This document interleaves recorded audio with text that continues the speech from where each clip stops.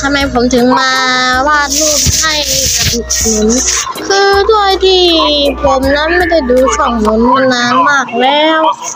ด้วยที่ช่องนี้ก็เป็นเดอะแก๊งของเค้กใช่เธอเป็นเดอะแก๊งของเค้กผมก็อยากจะวาดรูปให้กับเดอะแก๊งของเค้ก